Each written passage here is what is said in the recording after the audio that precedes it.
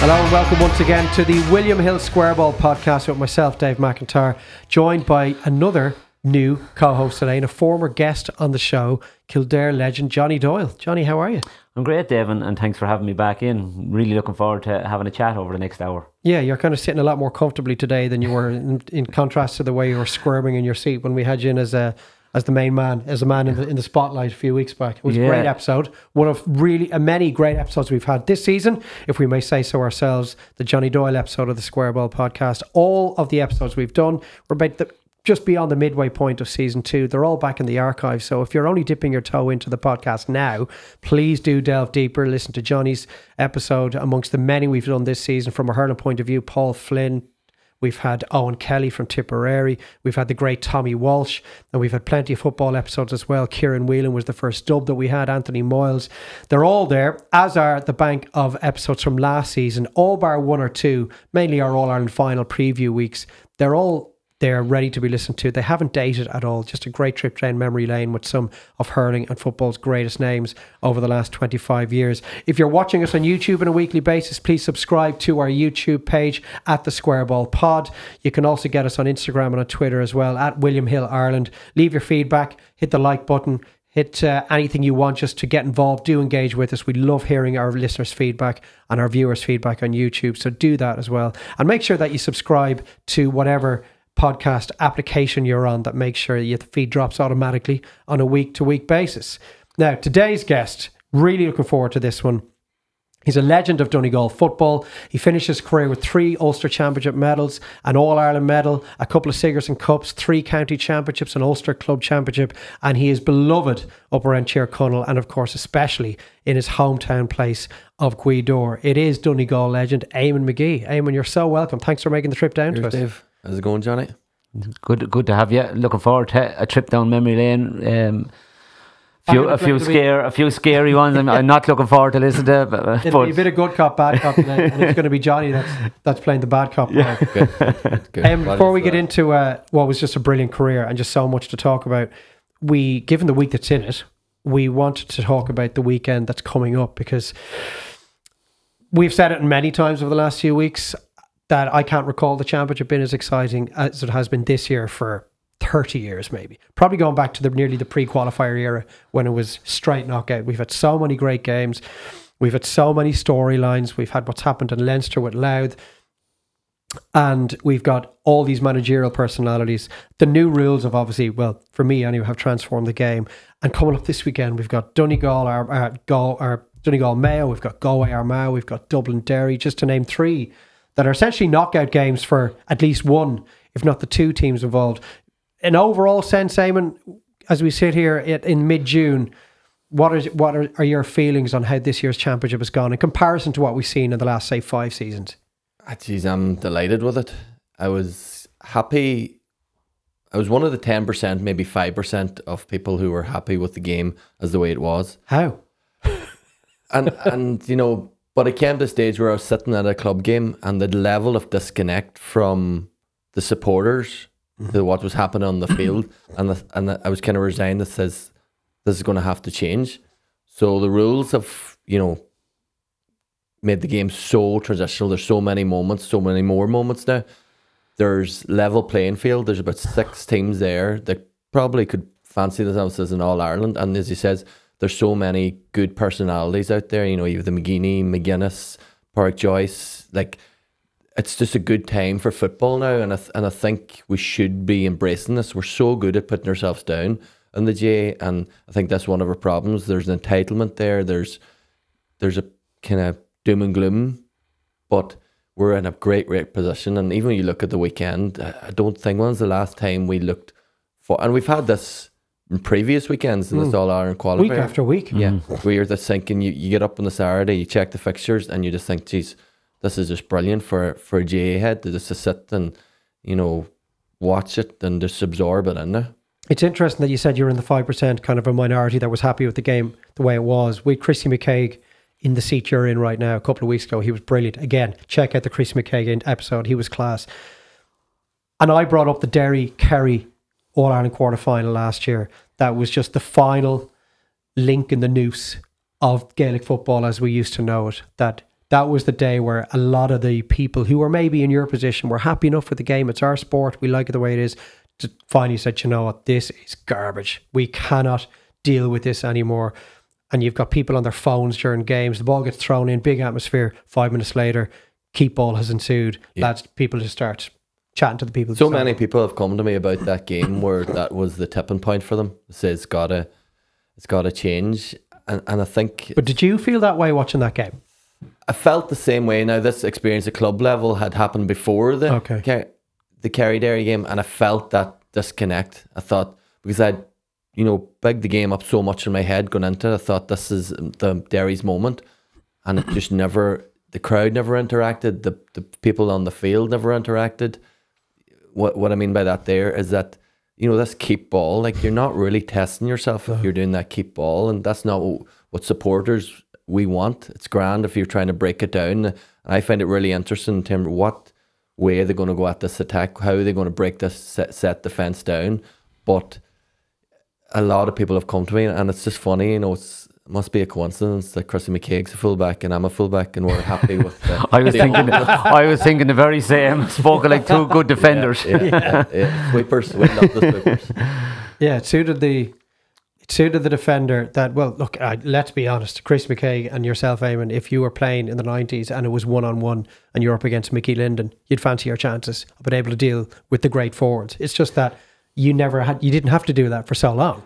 Yeah, and that's the thing, and Chrissy is way, way up there in terms of, he's been the best defender in Ulster and, Ireland for a long, long time. And people got too caught up in the system, whether, when McGuinness was doing the blanket with us, the requirement, if you wanted to be in that defence, you had to be a good defender first. And, like, I don't say this arrogantly, like, I backed myself against most. Now, the nature of a cornerback and a fullback, you're going to get a roasting some days. But, I most days that I went out, I backed myself. Or every day I went out and had a good block of training done, I would have backed myself now. And some days it worked out and some days it didn't. So it was... that was a requirement. A lot of teams then looked at the blanket as their primary thing rather than, and the defensive qualities were down the list, if you get me. So I think that's where we kind of fell down on, as a lot of teams fell down on. I think though, like when you talk about that, I think that's what every player does. You have to, at that level, you have to back yourself, and then you have the work done, I suppose. And from the point of view of defending, primarily that is your job, and you have to, and then you play to the system. And you mentioned it, Dave. I think good players will adapt. Would Chrissy McKeague and Neil McGee and Eamon McGee be top players in this game? Absolutely, they would, because they're able to. It, and that them three primary man markers, them three defenders. Chrissy would fly it, and Neil would too, because they're good defenders, and they. Lee Keegan's another man that would have just, regardless of what type of game they played. But the top players find a way. They'll always find a way, regardless of, like every game you go into, if you're marking, a Paddy Bradley today, you play the game that you feel that's going to nullify him. You mark someone else tomorrow, and you have to change your game. But the top players will always do that. And I think, while the new rules are great in so many ways, always the top players will make it work for them, and I think and we're seeing the benefits of that every weekend we turn on the telly now. Before we move into your own career, Eamon, just give us a quick word on how you see Derry Dublin going this weekend. I'm lucky enough now; I'm going to be in the commentary box for it. I can't wait. Yeah, and I actually can't wait. And you're asking me which way. I kind of had written the line through Derry, but they've shown enough fight, enough resilience to say that. It just might not go the way Dublin want. Because Derry were at a stage where they were pining for Rory Gallagher, and it just was never going to happen. It was never he was never going to come back. And they just could not leave that. And I'd actually chatted to, prominent Derry J-man, and he says, this was a few months ago, and he actually says the best thing that could happen to that squad is for 3 or 4 of them, you call them Rory Gallagher men, is to go from the squad and let's let the group move on, because it was kind of annoying me to see them just waste a year, and that's come from someone who's wasted many years as an Kerry player, because they'd worked to get to a stage where they're all Ireland contenders, and they weren't moving on. But now, you know, I've seen enough to say there's a wee bit of fight in them. Sorry, there's a good bit of fight in them, you know, the way they played the last day. And I just think that there might be, if there's going to be a shock this weekend, that's where it's going to be in terms of the Dublin and Derry game. Because Dublin, and it's so, this new format with the mindset, you know, Dublin were brilliant against Galway. You know, I said, right, this is them back now, their mindset, you know, Ciarán Kilkenny, not sure who he had on the sideline, but he just ravenous for a turnover, got him over the sideline. The last day now, I didn't see that, and it was very up and down, so you don't know which way it's going to go. And if Derry can get on top of stage, they just back themselves. I think that's where you could see the upset. I think that's the best thing about the championship. Like, you look at all those games this weekend, would you put your life savings on Armagh to beat Galway, or like vice versa? Would you know, what Dublin team are going to go out, what Derry team are coming out? You know, would you say, yeah, I fancy Donegal, but would you see that Mayo definitely won't beat them? Like, that's the joy of this championship. You mentioned the Mayo game, so we can't go through them all. And out of all of the games this weekend, the only team out of the 16 that have nothing to play for is Armagh. So 15 out of 16.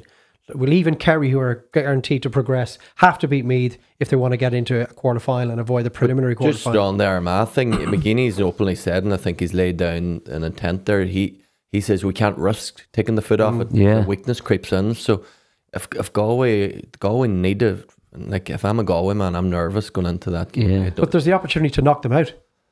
That's one of your competitors. Yeah. I think a lot of us would have backed Galway, and sure enough, whenever I back a team, that just immediately rules them out. A lot of us back Galway there, and they just haven't been anywhere near it.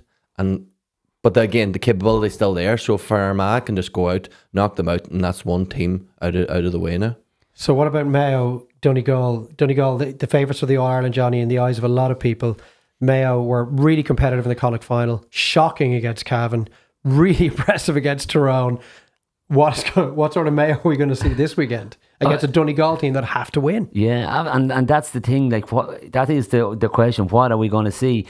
You know, you think, going back to the last day with Mayo, they played Mayo football, that expansive attacking football. You know, threw off the shackles.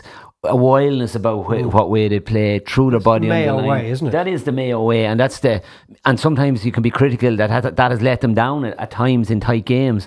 But certainly when their backs are to the wall, and they were big time the last day, they just threw off the shackles. Paddy Durkin back in as well was a massive plus, getting game time into him. So look, if I was to put a few pound on it, I think Donegal will have too much, but you just don't know. With Mayo, you just don't know. You just don't know, and you also have to, you know, on paper, you probably will back Donegal, but we wouldn't have since 2012, we wouldn't have had a great record against Mayo, and you know, that's the thing about sport. History is a hard thing to go against, and when it's the same with the Ballybofey one. It's not that we consciously went out every game to make Ballybofey a fortress, and we're very hard to beat there. It's just something that's stacked up, and then as they, you know, got into opposition's heads, and I'm just nervous. I'm hoping Tyrone. I can't see Cavan going anywhere near Tyrone, but I'm hoping Tyrone and, you know, Donegal go through in the third place should they not get a result. But it's a dodgy place to go down to Hyde Park looking for them points. Yeah, well, we're at our house, we're watching it from a Cavan perspective, and we need Donegal to win this weekend. Otherwise, Cavan are gone. If Donegal win it, it doesn't matter what happens in the Cavan-Tyrone game. Yet another game that has everything on it. So look, I can't wait for this weekend. And then these preliminary quarterfinals are going to probably throw up some incredibly fascinating draws in a week's time, and then suddenly we're into the All-Ireland quarterfinals. And the only sad thing from this championship's point of view is that before we know it, it's going to be behind us, and we're going to have 6 months of no inter-county football. That's the argument. You know, that argument's gaining a lot of, you know, momentum now in terms of, are we condensing it too much? And we have to remember why it came in. The split season was just the best thing that could have happened for a club player, because before this it was just chaos. You know, there's so many club players they were going off club football, but they were not only going off club football, they were nearly resenting county football because it was taking away their chance to get a good goal with the club. And it wasn't a great model at all. And I think we have to remember why that split season was in. I believe it can be tweaked. You know, we just need another couple of weeks. A few more weeks, because like we were doing the Tyrone Mayo game, and the amount of games, and people will be giving out then, oh, why are you not covering X, Y, and Z? You know, there's a Talton Cup, a few good Talton Cup games, and you just physically don't have enough, you know, headspace to take it all in, to go on and look at teams to see who's playing well. And a few more weeks and maybe space it out that wee bit more, just to give a wee bit breathing. Even a big result, like, you're immediately into the next game. Yeah, it doesn't give fans, the GAA ways maybe to savour it, and maybe we have to get used to a wee bit just embracing the, you know, the Premiership thing is where you go out week on, and you have to get to high level. Fans embrace it, and maybe we have to change our mindset. But I'd still rather a wee bit of breathing space. Yeah. It's funny when you mentioned the clubs. I know it's not the time to get into it, but I would feel the split season, particularly from a Kildare point of view, and every championship structure is different in every county. Like for the club player in Kildare, the season is the very same. There's no difference. Most teams get back after Christmas. Our leagues go all the way through, and then your championship starts early in August, and then if you're successful, you go right to October. So that there's no. No, and I would say this, and I know we could spend an hour on this championship structures. This is a favourite topic of mine. But Donegal, at the minute, they're Division 1, which is primarily county players. There's all the teams with the majority of county players, is a joke. And it's glorified challenge games. That's all it is. And again, it doesn't take a radical overhaul. It's just tweak it slightly. You know, that maybe we can play the first 6 games without county players, play the next.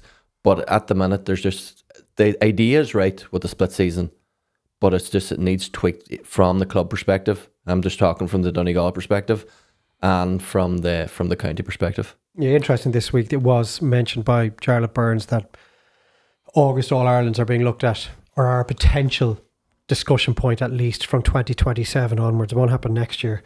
But yeah, look, that was interesting. And look, let's hope this weekend's games live up to how we expect they will go. Eamon, what a career you've had. What a story is involved in that career from start to finish. You grew up growing up in Gweedore, and if anybody hasn't seen Eamon's Laker Gale episode on TG Cahar, please check it out. If only for the scenery, because when they went up your way, Eamon, that day, my God, the gods were smiling on you weather-wise. It just, Gweedore's picturesque and beautiful anyway, but the scenery in the episode, just to give us an insight as to where you grew up, like what sort of a childhood was it? It was brilliant. It was, when I say brilliant, nostalgia kind of creates that illusion. Like, obviously there was challenges in it and all that now, but so I have kids of my own and we're kind of urbanized, and I would love for them to be out and about in that, you know, playing 2-man hunt. I don't know if you're familiar with it. Yeah.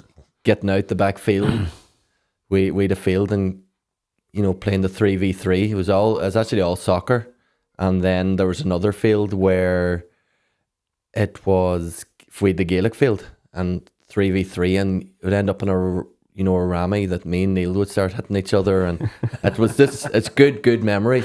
And there was also I felt there was a rawness to that's what, you know, I talked about that before with the Gweedore-ness, and I'd always say I'm from Dore first. That's where I am in Gweedore, and I just felt it was what my home is wide important to me. 3 brothers, I'd say a Gaelic football household, 3 brothers, similar enough in age. Obviously you and Neil were closer together than say Neil and Peter, but the constant that was football must always have been there. And I know you were 8 years of age when Anthony Malloy walks the steps of the Hogan stand to lift the Sam Maguire in '92. Have you memories of that, or is it just too early for you? No, I do have memories because I had a wild mop of curls in me, and you know, I was obviously playing a bit of ball up at the school and with the local club, and because I had the curls, people call me Tony Boyle. And I didn't know who Tony Boyle was, and then, you know, I hook into Donegal, And I see Tony and just the association, and I always take a hand at Tony that the kids used to bully me by calling you Tony. But that was my memories. And I remember meeting Jim McGuinness on a homecoming. You know, they took the cup to one of the towns, and we called over just one of the local towns, and nobody was going near McGuinness because he would have been a sub, like, and I kind of felt sorry for him and went over and asked him for his autograph. So that was...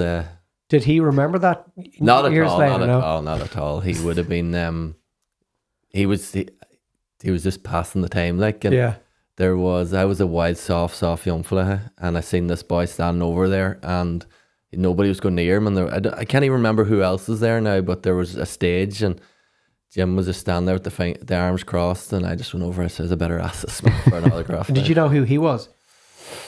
I actually called him Barry. Because Barry Cunningham was the sub at the time. He was one of the subs who came on, and I thought that Jim looked like Barry Cunningham. Barry came off the bench that day. He came off the bench that day, and I says, Barry, can I have your autograph? Start of a beautiful friendship. So that was McGuinness had it for me. Maybe that's why he dropped you off the panel that year. We'll get to that.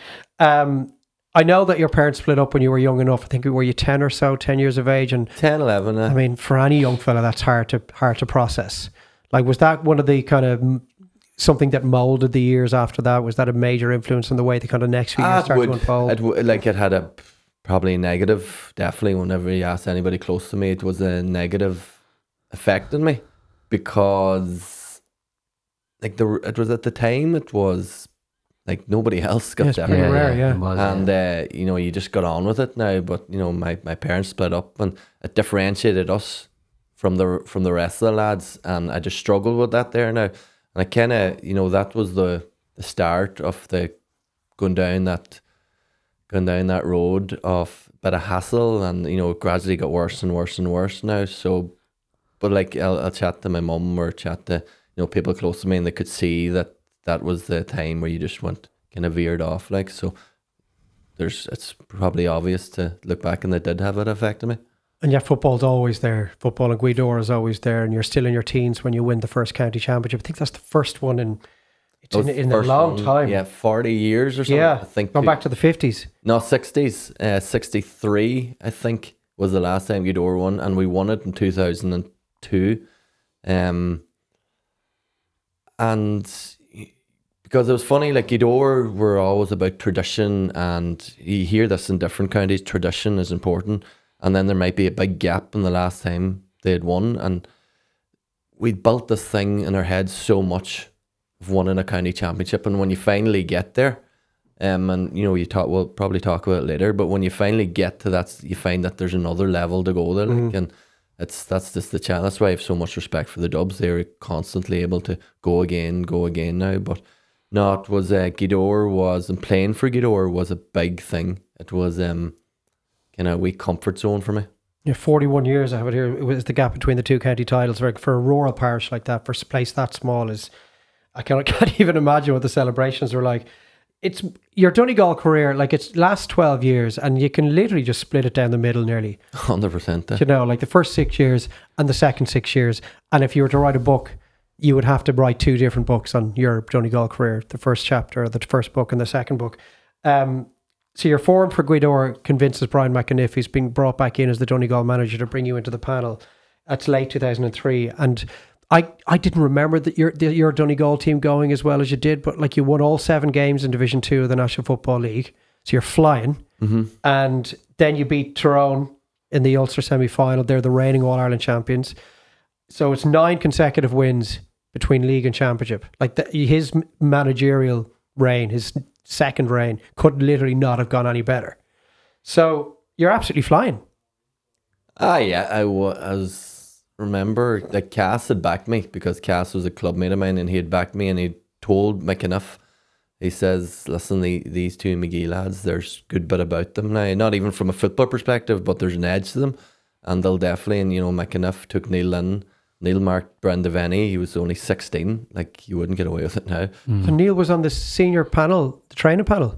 Neil was on playing, he played a county final in 2002, 16, and he marked Brendan Venny in the county final, and he did. This is peak Devaney. This is peak Devaney. This is peak Devaney had scored 13 points in a county final in 99, I think it was. There's some risk to take for the third. We did. A 16-year-old on someone like who's top forward in the country at the time. Yeah, but again, like Cass, in fairness, Cass backed the twos because he seen there was a wee edge there, and it just goes back to what the point we made. Neil backed himself in it too. So Neil was the first head to get interest to get up to the county, and then I was kind of called in now. And by that time, I probably built up a bit of a reputation too, that you just need to keep an eye on this boy now. But now getting called up to Donegal at the time under McAniff was just to play for Donegal was a dream of mine, and just getting called up was just brilliant. You referenced kind of the wildness there after your parents split that kind of starts to become more of a factor in your life, and something you've spoken so amazingly about in the past. But after that Tyrone win, that's your kind of the first time you're pulled up, right, Brian? Yourself and another player head for a few pints on the Monday. Still 2 weeks before the Ulster final against Armagh, and you miss training on the Monday. Brian gives you a little bit of a warning, but the problem is that you guys don't really turn up. The GAA, I don't remember if I've heard listeners and our viewers will recall, but they fully expected it to be a Tyrone Armagh decider. This is Tyrone Armagh. Their rivalry is approaching its peak. Yeah, probably really 05 and 06 when it really hit the peaks. So you guys kind of upset the party by beating Tyrone in the semi-final. Crow Park was for the Ulster final was the thing, and it was set up for Armagh and Tyrone and wading out, and it just wasn't part of the script for us to beat Tyrone that day. And again, it was just so Donegal to go out and reach the highs, and then to go out in the Ulster final and just be so bad. But again, the potential was there, like, and I hear this. I'm doing a bit of coaching these days, and I hear this word potential, and it annoys me so much. People talk, there's potential there. Well, if there's potential there, go and do something about it. Like, potential's it's a waste of time until you actually apply it. Like, and that's the way it with Donegal. Like, I don't know, with the lads, with the likes of Devaney and Cass and these boys agree with me, but there was a mental weakness in that group now, from all of us. And the partying was well publicised, but it was just a symptom of it.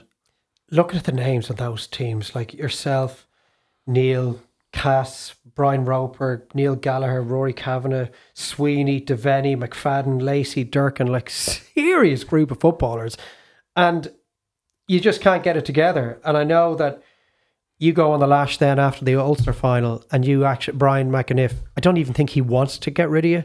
No, there seems to be outward pressure on him to cut you. There was pressure, I think, from the chairman at the time and a few personalities there. Like, now, listen, looking back, I fully support and agree with what he did now. In hindsight, you think? In hindsight, yeah. But at the time, at the time, I thought this is just a wild betrayal. Sure, what have we done? Like, and there was no word.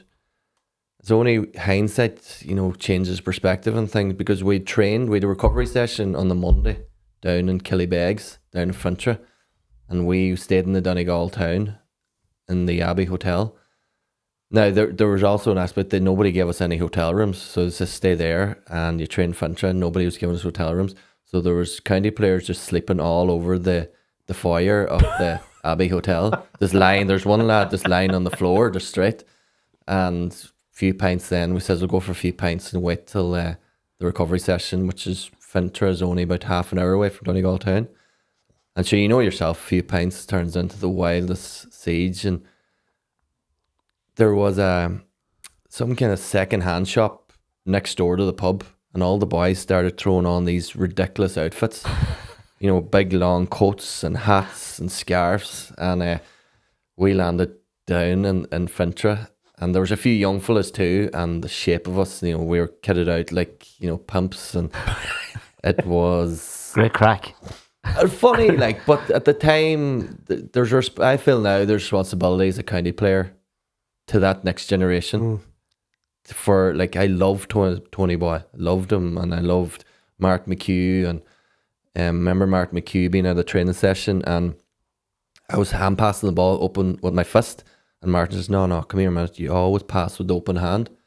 And see, just because, like, anybody else could have told me that, and they say, sure, what does he know? Mark McHugh told me that, and I've ever since, it's an open hand, and I'll always coach that too.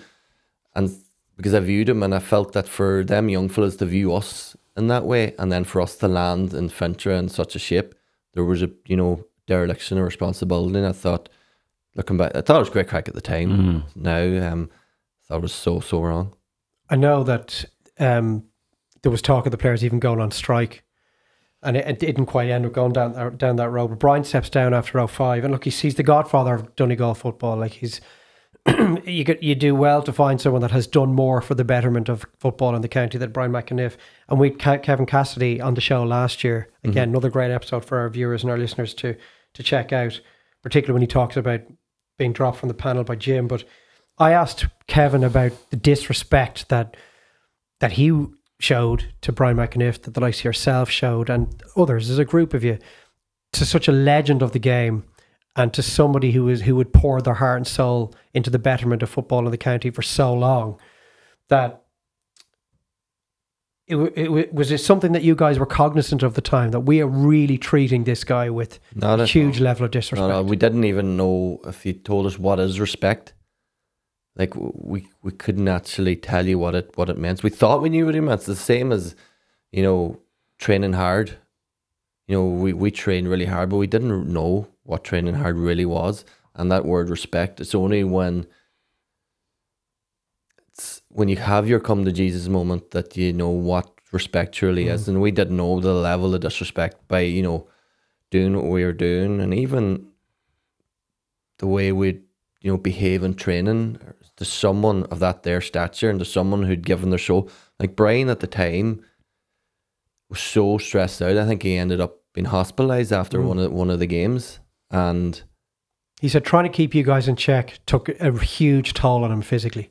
A huge toll, and we thought we were only having the crack. Like, we'd pick up the phone and ring McAniff, your county manager. You imagine someone ringing McGee now at 2 o'clock in the morning and shouting down the phone. And what, just taking the piss, like? Just saying, what's the crack now, Brian? And we're sitting at a house party, and he's such a good guy. He would just sit, I'm good, Damon, and how are you, and where are you at? And you're like, it was ridiculous stuff. It was ridiculous, and again, like, I have many regrets. You make peace with it, most of them, but you know, that was one of them in terms of how we treated McAniff. Sorry, Johnny, go on. Yeah, it's funny listening to you. You know, and you talk about, when I look at that Donegal squad, and you, Dave, mentioned the quality that was there, and it was huge quality. On paper, a brilliant squad. Absolutely, and it sort of symptomises the Donegal that I've known from a geographical point. You know, you go up and you talked about the Guido when the sun is shining. I spent a good few summers up around Nairn and Portnew. Lovely. And on a lovely day, it's lovely. It's all those great names. But then, when the rain falls and the wind gets, there's a wildness in Donegal. Yeah. When I think of that group, I see that wildness. And I suppose how that has calmed and how is interesting to see. And like, you know, Brian McAniff is a god. He's a god in the GA, not alone in Donegal. And to hear, you know, all right, a certain amount of it is young lads being young lads. And, you know, we would have been all young lads. Yeah.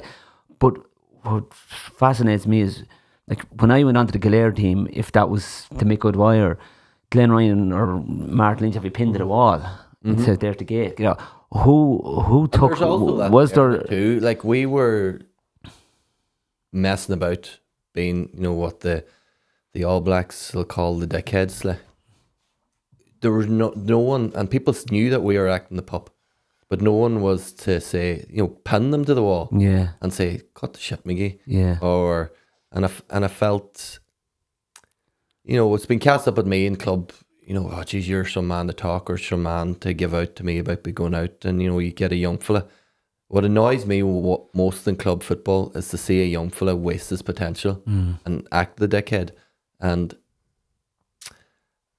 that's I just don't want to be cast, because I blame the person that never pinned the young fella to the wall as much as I blame the people away drinking too. Like, so. But would you have listened to anyone? If the Glen Ryan equivalent had been in that changing room, would you have listened to him? I think if I had viewed him as such and what respectful, if you know, if someone had, like, say for someone like Tony Boyle or someone had pinned me and says, listen, you're jeopardising my Ulster medal, my All-Ireland medal, here by your behaviour. If you don't cut it out, you're gone. Just go. It's not just you though. Like there's a culture there. I'm not saying it's just me. I'm not. I can only speak for myself, like, but there's a group there, and had he pulled that group aside, listen, there was a board set of training, but nothing forcefully. I don't know. It depends on the character. It depends on the character. It seems that you probably lacked a couple of leaders within, probably the more experienced lads like you. And I know we'll go into the second half of your career. You were totally different. You were that leader. And Donegal had loads of those leaders, which probably projected him. I didn't need to be that type of person who would pull you in. Like I would like. I just think that group goes back to there was a weakness about it. Brilliant players. All of us were brilliant players, but there was a weakness inside of us, and it just goes back to Armagh had an edge that time, Tyrone had an edge that time, and it's wide hard to put a word in it because you can get the best coaching, you can be the best footballers, but you need that. There's something inside you. The word we actually had a discussion one night up above Door, and the word we put it on, this is at 2 o'clock in the morning, 3 o'clock in the morning, we call it the warrior spirit. Like, and every sports person every successful sports person has that warrior spirit. And maybe that's what it was like. I think that's what it was like in Donegal at the time. There was just a softness to it. The alcohol, though, and the fact that you love to go out and party and kind of throw off your inhibitions, was that more of a symptom of what was going on in the background with you? I've always said that the partying was a symptom of the weakness. There was... and maybe there was something to it, like if you get really kind of get the psychologist's head on it, that there was a fear there for Donegal to actually go and give it the best shot, and maybe we were afraid to give it our best shot, and it never worked out. Maybe, and again, that's what I find with a lot of people now is that they won't commit to something because they say then it might not work out. They won't throw themselves 100% the way you have to at another county level. It's nearly a crutch, isn't it? Aye, the crutch. Crutch is a brilliant word for it. You hide behind it. Yeah. You hide behind it. Well, it's like that. Sorry, it's like that. Someone saying potential. When you talk about potential, it normally means they haven't realised it. It's like people saying, he was a good county minor. It's the biggest cop out. Instead ever. of saying, well, look, I threw everything at this, I failed. But I'll walk away knowing that nobody can ever say I didn't. And I saw a lot of counties work out. That's why potential. And listen, it is what it is. But potential, and people use it. That lad has a lot of potential. Like I don't want to hear about potential. I want to hear about the application of that ability that he has within him. And it's just that warrior spirit. The nadir of it is that now infamous qualifier in 2010 when you get beaten out the gate by Armagh. And I'm looking at the guys that played that day. 13 of the 19 who were on the field won an All-Ireland final against Mayo were on the pitch 2 years later against Mayo. So it's essentially the same group of players with 4 or 5 new guys sprinkled in. 31 days after that Armagh defeat, Jim is appointed as the new manager. And he's thrown you off the panel before you even kick a ball for him. Yeah, gone. Now, you actually met me in it was a wee bit bigger than this here. And we're doing a weight program and we're doing this and that. And he says, but that's not really why I wanted to chat to you about. He says, you're living a lifestyle is not conducive to a county player. And I says, yeah, no bother. I'll clean up my act here now, and left the house. And it was Thursday night. I think it was summertime, coming to the end of summer, and there was a disco in the GA house in Gweedore. And I says, right, this is the last blast now. And it ended up, 3 days later, where he ended up on the beer on the Friday. There was a wedding on the Saturday. Jim had it in his book that I gate crashed the wedding. I didn't gate crash any wedding. I was invited to a wedding. And I missed the club game on the top of it. So McGuinness got word of that, and he says, we'll just move on. But this is like August time, isn't it? Around about that time of the year? This is, you're not even training with Donegal. But it goes back to that mindset. That was McGuinness pinning you against the wall and cut the shit out. And that was his way of doing that. And we always believe, myself, you know, Big Neil, Kavanagh, Rusty Toy wouldn't have been in that bracket, but there was a few characters, Cass would have been in that bracket, a few characters that someone was going to go, someone was going to be the sacrificial lamb, and it was just, I had to be the first man out the gate there. And that was Jim just laying down the law then. This is the standard, this I'm serious about, I'm not going to tolerate your nonsense. So was Jim looking for that sacrificial lamb himself? Because obviously he knows from being outside the Donegal bubble during those noughties years of... naughty, actually a bit of a pun there, and totally unintended, but what was going on in the McAniff era and the McIver era, Jim is obviously cognizant of everything that's going on. He knows his back. He's whatever Jim had and he would have played with a lot of those boys. Played with a lot of us. Yeah. He partied with a lot of us too. So is he actually actively seeking the sacrificial lamb there? And actively just happened to be you? Is a strong word. I think that if the opportunity presents itself, he's going to act. But actively seeking, I don't think he's going to outright. I'm just, where's my sacrificial lamb? But he just says, as soon as this happens, I'm coming down hard. And the thing about it, the lads quickly rode in.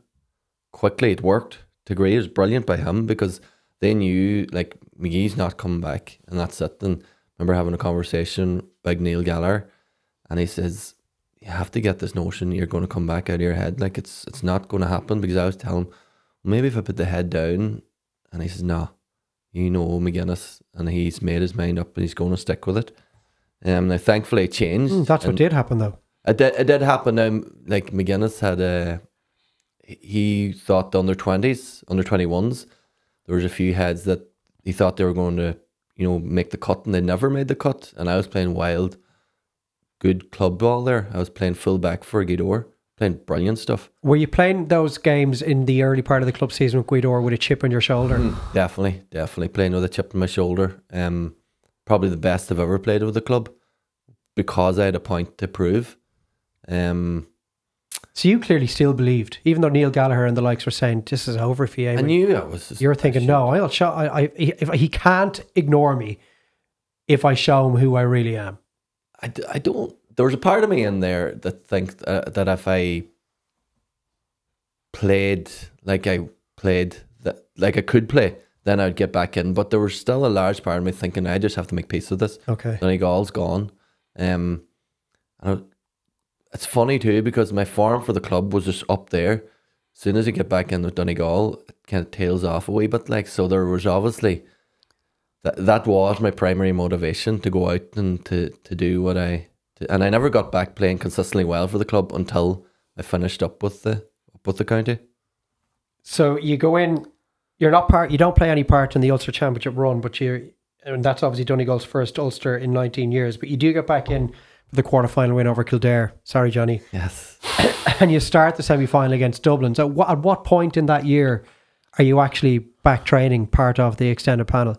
The week before, a few weeks before the first round, we played Antrim in the preliminary round, I think it was. And I was in, and I was way off, and I thought I was in good shape, but like the training was just ridiculous. McGuinness. And these lads have 6 months on you here. These lads have the dunes in Dunfanny and training down in under a McGuinness regime, 6 weeks. And in fairness, I thought I could get away with it. Thought the head would be able to get me, but it was just pure intense and pure in your face. And I was just, when you talk about that Ulster Championship, like every game I was expecting to start every game, and there was always a sub going on, and I was kind of know the way as a sub, Johnny. You're thinking, right? I don't think Johnny does know. I don't think Johnny does know. No. Bloodie's never been in that.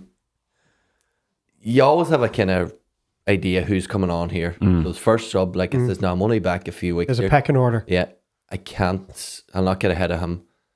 So by the time the second sub, I was going in, and like there was one time we were playing. It's quite funny. The boys take a wild hand at me. We were playing, I think it was Cavan, and first sub goes on, and then I says to one of the physio, just give me that deep heat there till I warm up my hamstrings. I'm going on here now, and Jim just shouts the boy beside me. So I was expecting to get on in the Ulster, and I had to bide my time. And again, that was good learning for me, because I think during the Ulster final, there's part of me saying, I'm not sticking about for this crack, like, and I just had to keep training well. And by the time you get to Ulster final time, are you have you risen to the pitch of the intensity required? So I'm in there against McFadden, Murphy, Paddy McBrearty and these boys, and I'm doing well. I'm getting a hand in. But by the Ulster final, I'm thinking, well, am I going to get a chance at all? And I got to play that well in training. And again, I don't say this arrogantly. It's just a matter of fact, like, that I played that well in training. He kind of had to put me on the Kildare game. Like, I think Murphy came on in the Kildare game, and me and Murphy came on 24. That shout was for me, not Murphy. That was my reintroduction to Donegal football now. I think it's 24 minutes I came on, and that's by just forcing my way back into it. And you start and doubling, like, and it always goes, because you're trying to pass it on next generation. You do it in the training field. You don't talk about it. You don't have these crisis meetings or these wee huddles. You do it in the training field. Do you think, looking back at it, Eamon, that obviously Jim has this psychologist background, and he knows you for a long time. He played with you. He saw you. He knows your personal history. He knows you have an edge. Do you think he was priming you, not knowing that he didn't have to use you maybe against an Antrim, but just belief that the bigger things are coming, and I want this lad frothing? Yeah. Do you think that has? Listen, McGuinness is an incredibly smart man. I wouldn't put it past him, but like, just for an example on that, what Johnny's saying, that Ulster final is over at halftime. Yeah. The Derry game. I'm just wondering, is Jim thinking, at some point I'm going to need Eamon McGee, but this game's done. It's another opportunity for me to show him what he has to do. He needs to be in almost an animalistic state by the time I finally give him his run. I'm not going to bring him in now for a second half of an Ulster final that's already a dead duck. Because I'll need to ask him. But it makes so much, because I wasn't in reckoning. I wasn't even asked to warm up, and like, even though I had it in my head, I'm the first. I should be the first sub on here. I wasn't even warming up in any of the games, and maybe there was an argument for that, because it says Jim he can think the long game as well. He's incredibly smart. Like, I don't think he gets enough credit in terms of how he views players, in terms of how he thinks that long term thing. It's a pity you didn't walk away after the Ulster final, to be honest with you. I would have preferred it. With that, I want to move on in a moment, Johnny, but that's the last time that you faced that Donegal team in Championship before you retired. I don't know where you won Eamon when he came on in that I came first on half. and marked Johnny, actually. Right. What is he like to be marked by? And you have faced the best defenders of their generation. Yeah, look, I suppose a lot of that Donegal team, obviously led by Eamon and Neil, you knew exactly what you were going to get. You weren't expecting anything soft. There was always going to be a little bit of the vocabulary that you were, and I give it back. I wasn't, if he was willing to, someone was willing to say something, I give it back, and so yeah, I didn't mind. Eamon has a reputation as being as good a talker as he was a defender. I wouldn't. I think that's very. I wouldn't go that far at all. I mean, that's part of the game, and certain lads. What kind of stuff are we talking about? No, well, look, it just you missed the last one. Have a shot there. This sort of stuff. Yeah. That's part and parcel of the game, and you never. But you knew you were going to get it. You were going to get it tough, and I suppose my thing. Don't stand beside either of the McGees, because it made them easy. I was just trying to move and try to get away.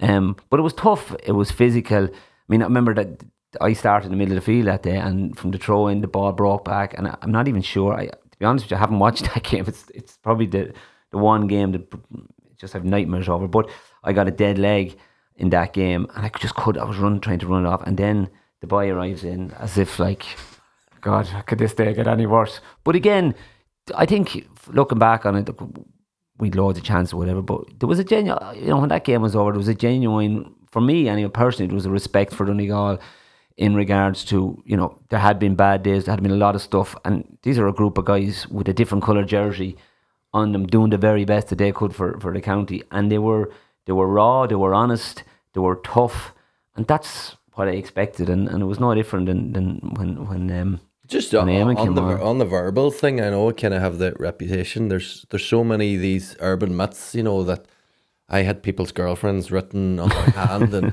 the girlfriend's numbers written on my arm and all that. Yeah. Like, and I would never, and I have no respect for that. People that go personal. Like, listen, obviously I've straddled the line where you're playing along that line, and I can count one hand the times I have taken it into the personal, and it's way out of order. As soon as you verge into that, and the verbals was all about, can I get at Johnny Doyle's confidence? Like, go and have another shot there, Johnny. Yeah. And I want to be very clear. You know, I know reputations or people have different views of what was said, and it can be very much exaggerated. The few times I played on Eamon or Neil or Frank Medlin or whoever I played on, it was no worse or no better. Like, I got in club games, you know, and I put my hand up. I gave it. If you want to come, you're too nice for that. My God, there's a lot of lads around Kildare tell you different. But that's what you had to, you know, you met fire with fire. So look at it. I enjoyed it too. I enjoyed having the crack with, you know, the Kavanaghs and Ono Gara and these boys. And did it work though on occasion? Did you feel that, obviously I need to beat him to the ball, and football ultimately has to come out on top. 100%. But did you feel some days that I've got into this guy's head here? Yeah, I did. And there was also characters that you knew just water off a duck's back. Don't even bother. Like Kieran Donaghy, you'd just be as well talk to the wall there. Yeah. Because it just wouldn't take it on.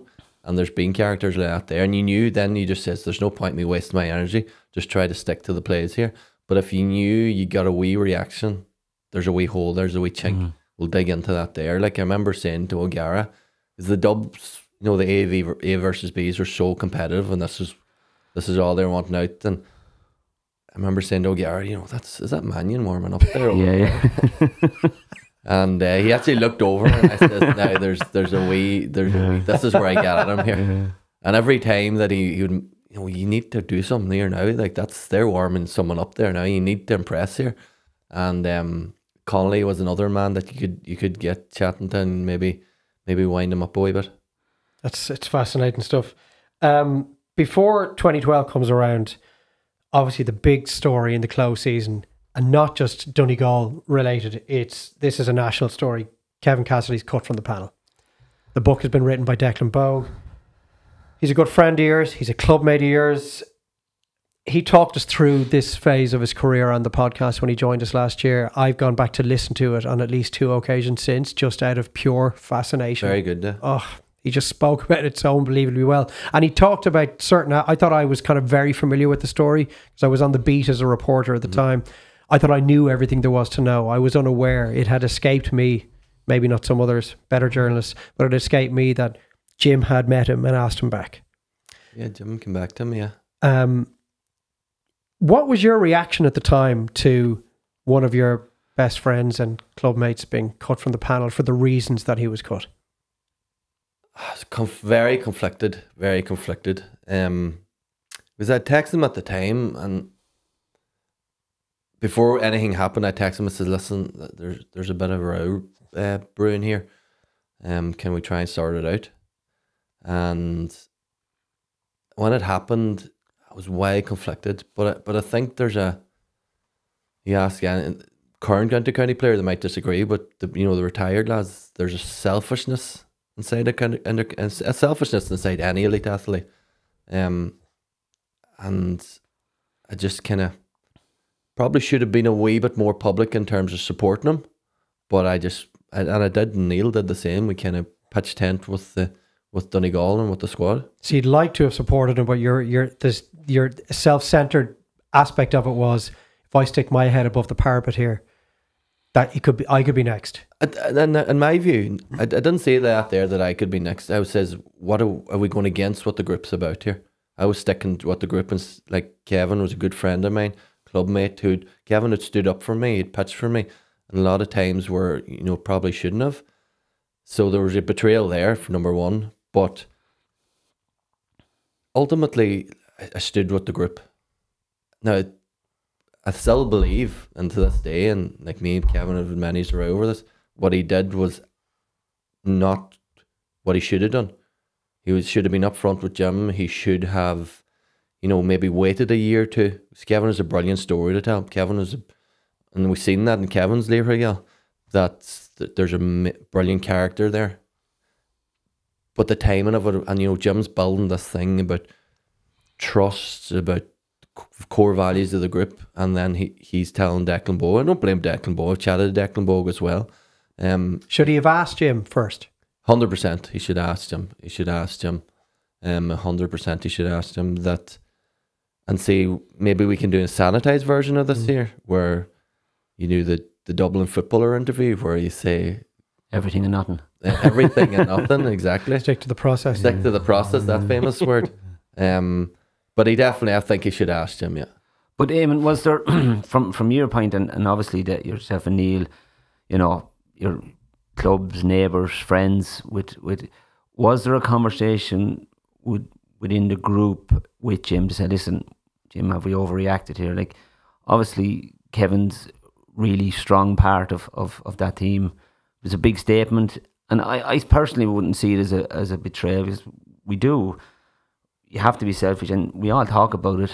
Team is first, bigger than any player, but that's a real time where you can actually put substance to those words, because there are words in most dressing rooms, but you put substance to them. So no matter which way you go, you could be wrong or could be right. The only thing I'd say, like, the players wanted to put a statement out to support Jim, and to say X, Y, and Z. But me and Neil says, no, we're not doing that. And it was a tiny thing in the grand scheme of things. But that was we just didn't want to go against them as publicly as that. Yeah. And it shouldn't have happened. Like, it would have been putting us in an awkward situation. But again, goes back to, he dropped me the year before, set the tone, drops Kevin, and probably sets the tone for the rest of the year.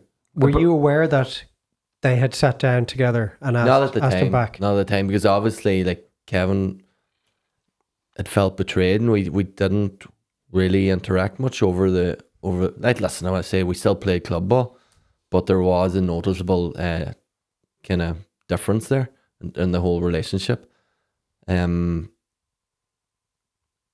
no, I didn't know until a few years afterwards that Jim had, it might have been come up in conversation, but nothing confirmed that these half stories or half truths about McGuinness met so and so, and but no, I didn't know. I assume those bridges have been mended since. Oh, 100%. And I think the Ulster campaign went a long way with club to mending them bridges, and I would consider Kevin a friend now, as I've like, I lived with Kevin at college. He looked after me when I was a young fella for the club, and it's just someone that I would, and I it's nice to have that. And I looked up to Cass when he played for Donegal, and I knew then that's what I wanted. I want to emulate Kevin Cassidy, and it was just unfortunate for them few years because the way it was in the club dressing room, me and Cass would be big enough personalities, and we were always clashing. Like, he would have a take in the game. He's more kind of in line with Neil's view of the game, and I'd probably be a wee bit different, and we were always clashing, but we always came back together. And the same thing was happening while we were playing, and you had this thing about the book in the middle, and it was just kept on growing apart. Like, and there was one time a few years afterwards, me and him were, I think it was Christmas time, it was about 2 o'clock in the morning at the bar, and got heated, like, and no, I wasn't backing down, he wasn't backing down, but inside my head I was logical enough to know, please, someone just pull us apart. If this kicks off, I'm so buggered here. Yeah. Yeah, and you're not rarely in a position where you're saying that about anyone, Eamon. You're looking to take that next step in 2012. I want to ask you, what's different about you at that time in comparison to, say, 2006? Like, you still take a drink. You still take a drink to this day, do you? Yeah. So it wasn't like sporadically. It wasn't like you're a full-blown alcoholic or anything. But in terms of your lifestyle, knowing when 2 pints is enough, knowing when 0 pints is the only option, What are you doing in and around that 2011, 2012 period that is in stark contrast to the Eamon McGee lifestyle of 2006? Just how I live my life and how I actually commit to the idea of Donegal, and how I train, how I prepare, how I focus, and again, how I apply myself in the games and in the training. And there was just application now and this mentality that there was just night and day from the few years that I played in the Naughties and under McGuinness.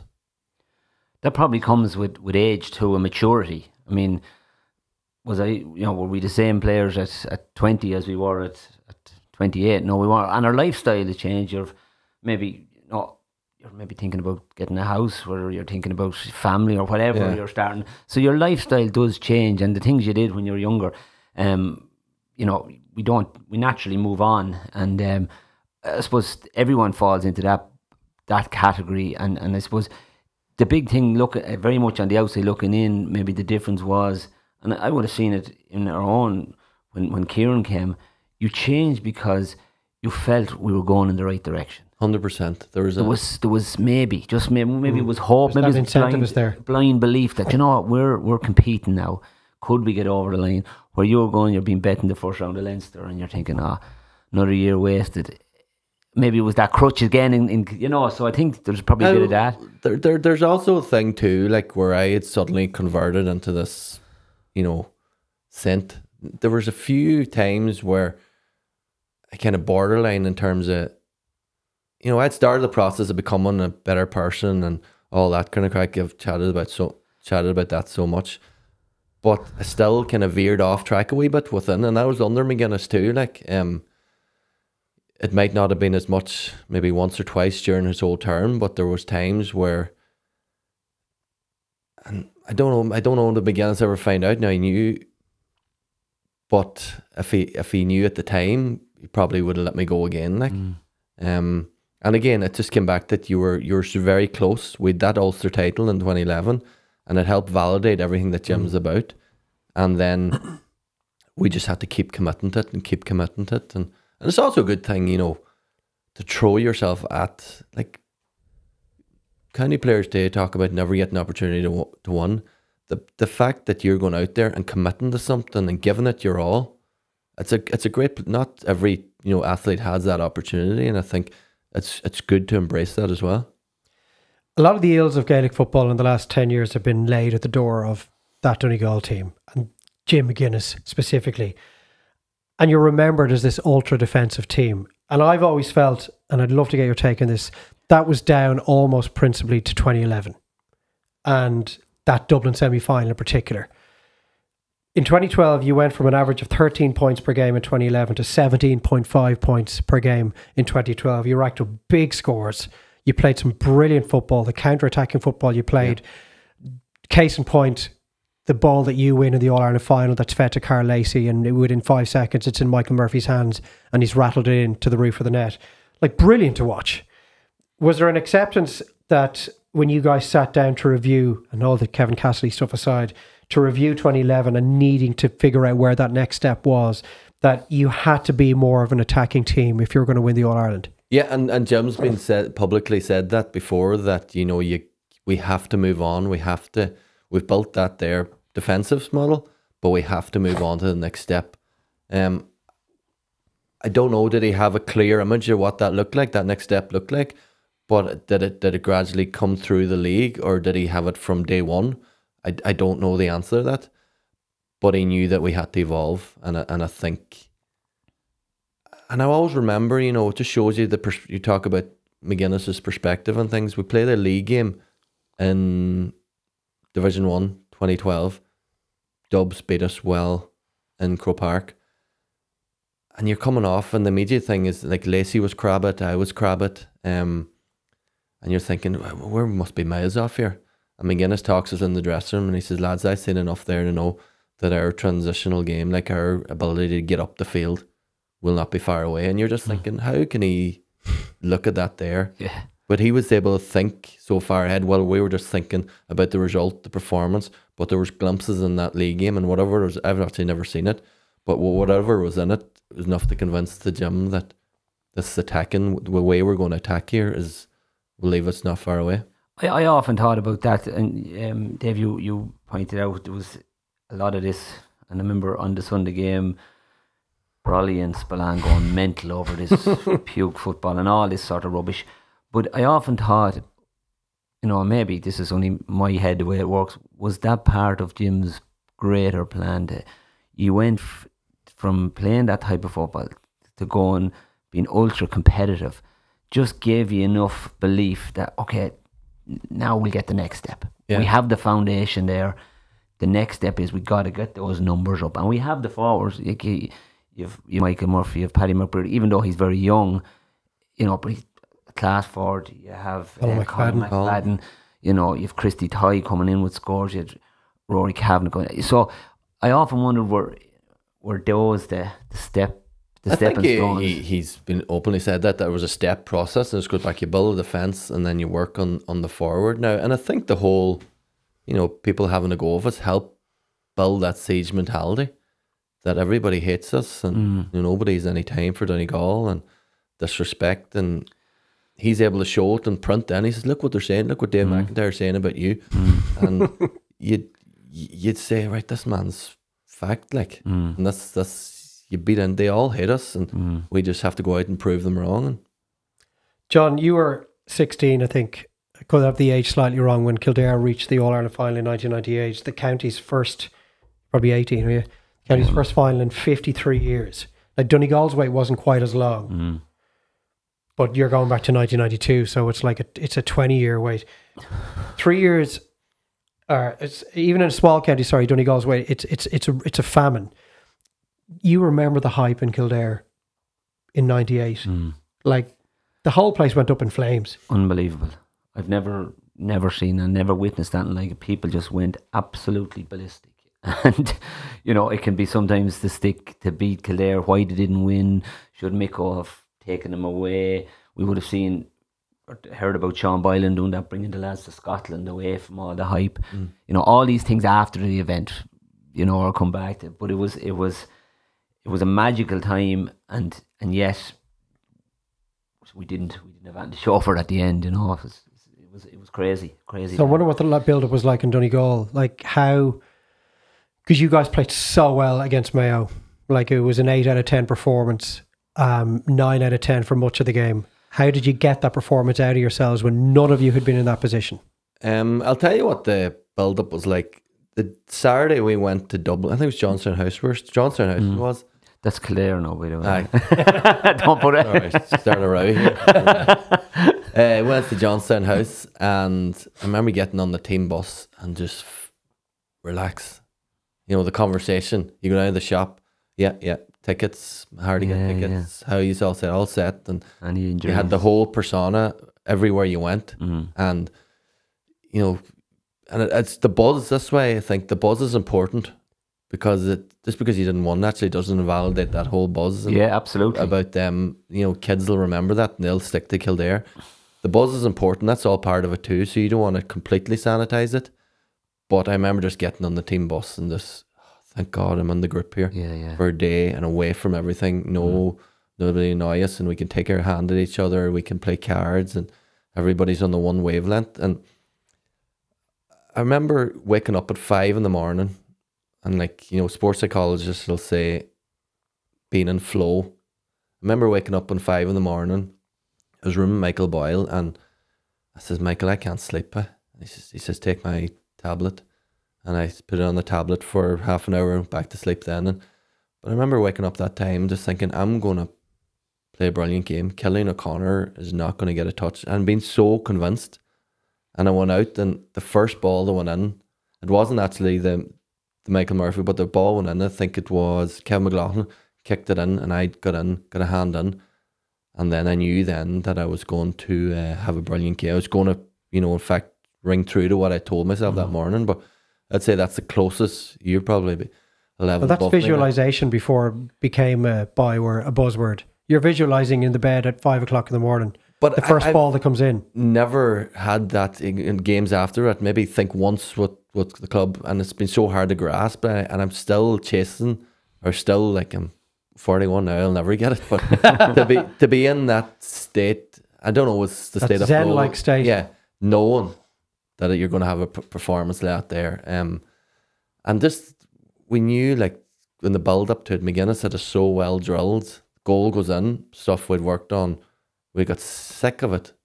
And, like, we trained down Johnstown House 2 weeks before it, and we were working on that move where you get it out wide, put it in, because Mayo would recognise there was a weakness in the fullback. You get it in, and I always laugh. Like, I went up in one of these jaunts, and I put in the wildest ball, this terrible ball, and McGuinness says, "Don't you go up there, you just you just stay back." So I was the player not allowed to get up the field there.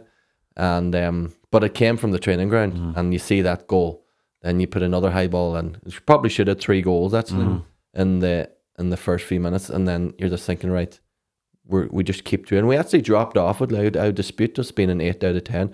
We dropped off it. The full back line, I'll always say this, were consistently at me, Paddy, McGrath, Neil.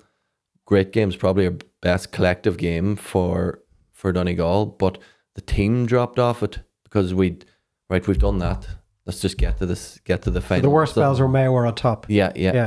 And it was just them first 15 minutes came from the training ground and won us in All Ireland. Yeah, but you're always going to have those like very, very seldom, and we all love the day that you're going to dominate a team, particularly in an All Ireland final. Like, there's quality in that Mayo team, and I suppose I remember looking in the part, but remember that goal, and it's funny you say it was a training ground move. When you can bring something like that off the training ground into the biggest game you've ever played, the belief that must, it's like adrenaline. It doesn't happen you too often, but it's like, we're on it. This is working, and everything becomes a belief within the group that, you know, everything we've worked in is going to come on this biggest day.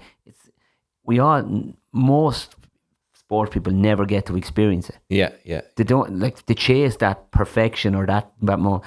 It must have been unbelievable for that first 15 minutes to say, do you know what? It's funny too, because, you know, we flipped it on his head, because Mayo had got a sports psychologist in, and they talked about that, and we got worried about it. You know, they're working on a sports psychologist. They need that. They were trying to convince themselves of this narrative. And the second goal goes in, and Neil turns to Mickey Conner. He says, I think it was Kieran Shannon actually. He says, "What did Kieran Shannon about to say about that there? 2 goals there."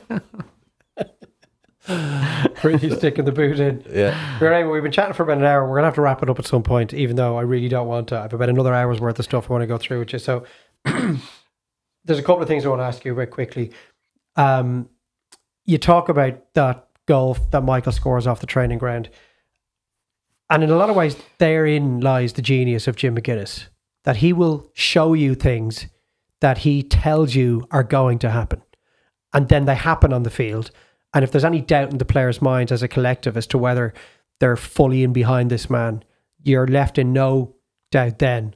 He told us this would happen. It's just happened. This guy's a genius. We're just going to do whatever he says, when he says it. He says, "I need you to jump, Eamon." You say, "How high, Jim?" And getting into 2014 and that game against Dublin, was that, in that regard, was that his finest hour?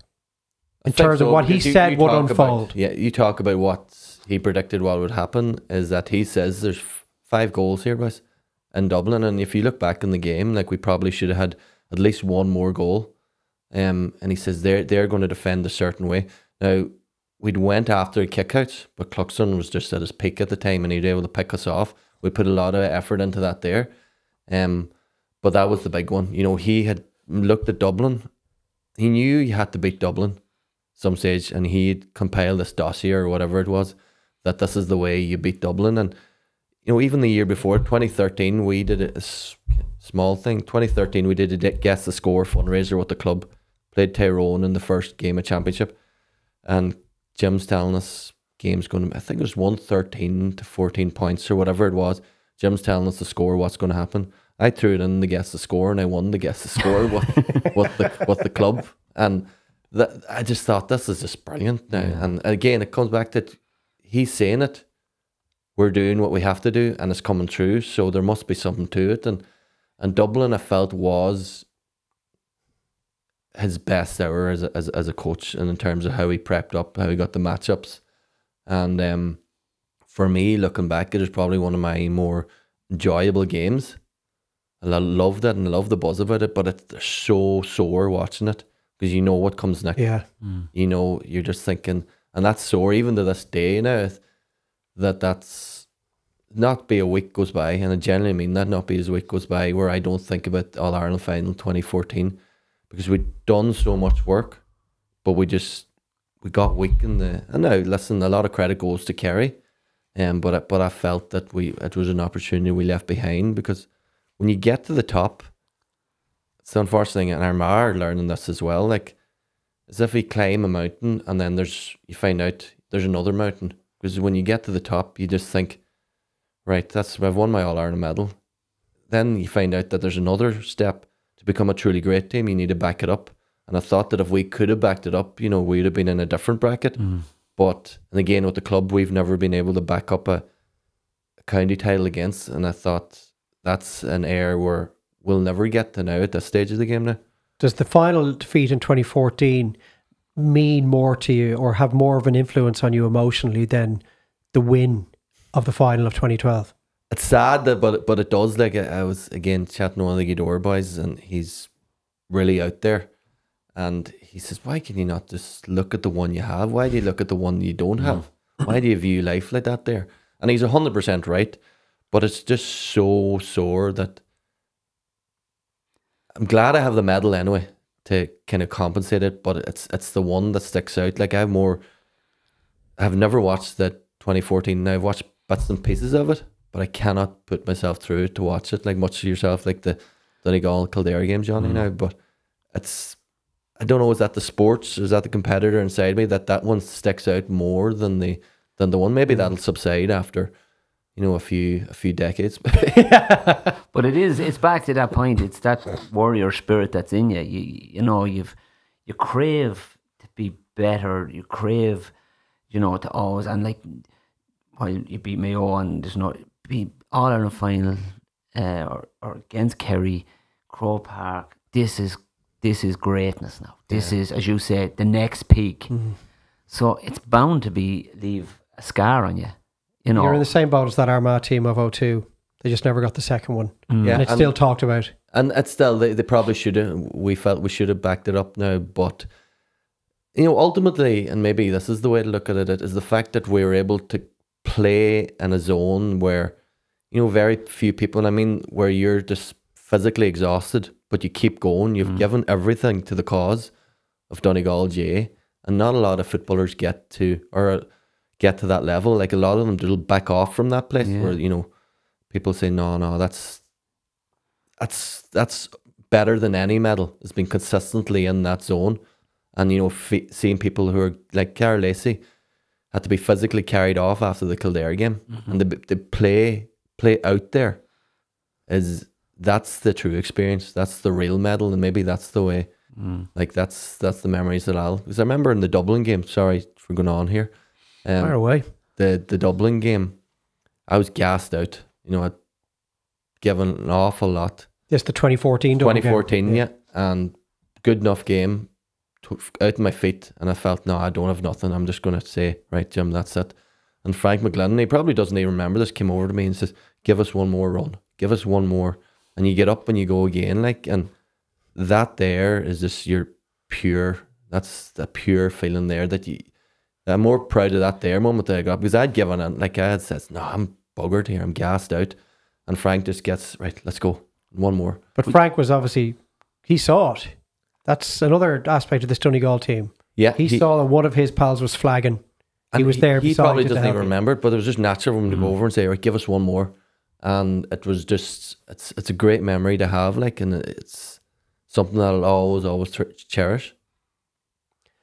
People are going to be wondering, why didn't you ask him about the Sigerson Cup wins with Sligo YT? People are going to be wondering, why didn't you ask him about the way he speaks so eloquently about his mental health issues, about the way he stood up for marriage equality, and you were so public about your stance on the abortion referendum. They're going to ask me, why didn't you ask him about his retirement? Why didn't you ask him about the international rules? We're out of time. I want to leave this chat with you, which I've just enjoyed every second of, Eamon, on this. You became a dad in your early 30s to Daisy. You've since had Luca and Evie. And I know Johnny has children and I have 2 young boys at home. And in your Laker Gale episode, you summed up what it is to be a dad so amazingly. Right. You said you didn't know what love really was until Daisy was born. Bottomless love is what you called it. Talk to us about the effect of becoming a dad and how that's influenced your life. It has. Like, listen, you know yourselves what it's like. That feeling of seeing your child for the first time, and the challenges that go with it also. I'm actually thinking about doing a parenting podcast now, but, I'll subscribe to that anyway. no, the kids was a game changer now, in terms of, as it says, I've been selfish so many times in my life, but like, been selfish with Joanne, been selfish with my family, been so selfish, but it's the one place, my kids are the one place where I just would try my best. And like, that's the line. If I ever be selfish over my kids, then they are my be end and be all. Being remembered when eventually you do leave this earth, being remembered as a great dad, would that be of far more importance than anything else that you've ever dipped your toe into in your life? Like, if I can leave a positive impact on my Daisy, Luca, Evie, and for them to become better people than I will ever be, then that's like, that beats an All-Ireland medal any day. That if they go on then to have a positive impact on the people after them, then that's what it's all about, and that's what we have to aspire to be, I think. And how are you today? I was encouraged really, because I know the trouble you had with the partying and you never knew when 1 drink was enough or 2 drinks enough. I was encouraged to hear that you do still like a drink, that there's a great energy off you, there's a great vibe off you, look great. Obviously, you're still mad into the football as you would expect. Work life seems to be going great. Like, you're in a good place. I'm in a good place. Now, listen, I think when I first came on this mental health thing, I thought, right, we get it fixed and that'll be it sorted. But it doesn't work like that there. And if you told me at the time, this is going to be a lifetime job, or, it's going to be long, I would have just absolutely freaked out, because I thought, I need to get this fixed here. I need to fix whatever's wrong. And I felt that now. There's times where I'm up and there's times where I'm down. And in terms of the drink, like, when I'm down, drink is dangerous for me. And when I just do my best to try and stay away from it and that there. And then there's times where, you can go out, you have your glass of wine, you have maybe you want a big football game, you'll have a whiskey at the house just to say, come down a wee bit and that there. But there is definitely times where I'm in bad form, and then I'll make a bad decision and go and have a few beers, and it does affect me, and you can see the old behaviours. So there's that there now, but I wouldn't want to be testing it out too much now in terms of going back to the old ways. In a word, yes or no, Donegal to win the All-Ireland this year? How do I? Well, you can have a few words. I can't play us down while ultimately backing us for the All-Ireland to do the Kerry thing. I just the fact that out of loyalty to Jim and to Neil's involved and Colm's involved, I'll have to give the yes. That's okay. Purely because I'm not going to get into why the football side of it and all that. Out of just pure loyalty to the Jim McGuinness cause and the Donegal cause, I'll go with yeah. Right, if any of our listeners or viewers are coming to this episode post end of July, they'll know that whether Eamon was right or not.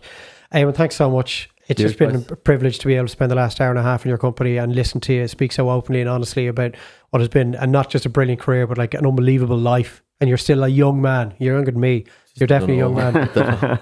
Thanks a million. Really enjoyed that. Boys. It was brilliant. I mean, the plus side of playing inter-county football is you get to play against the best players. The downside is we don't get to meet. We don't get to have these conversations.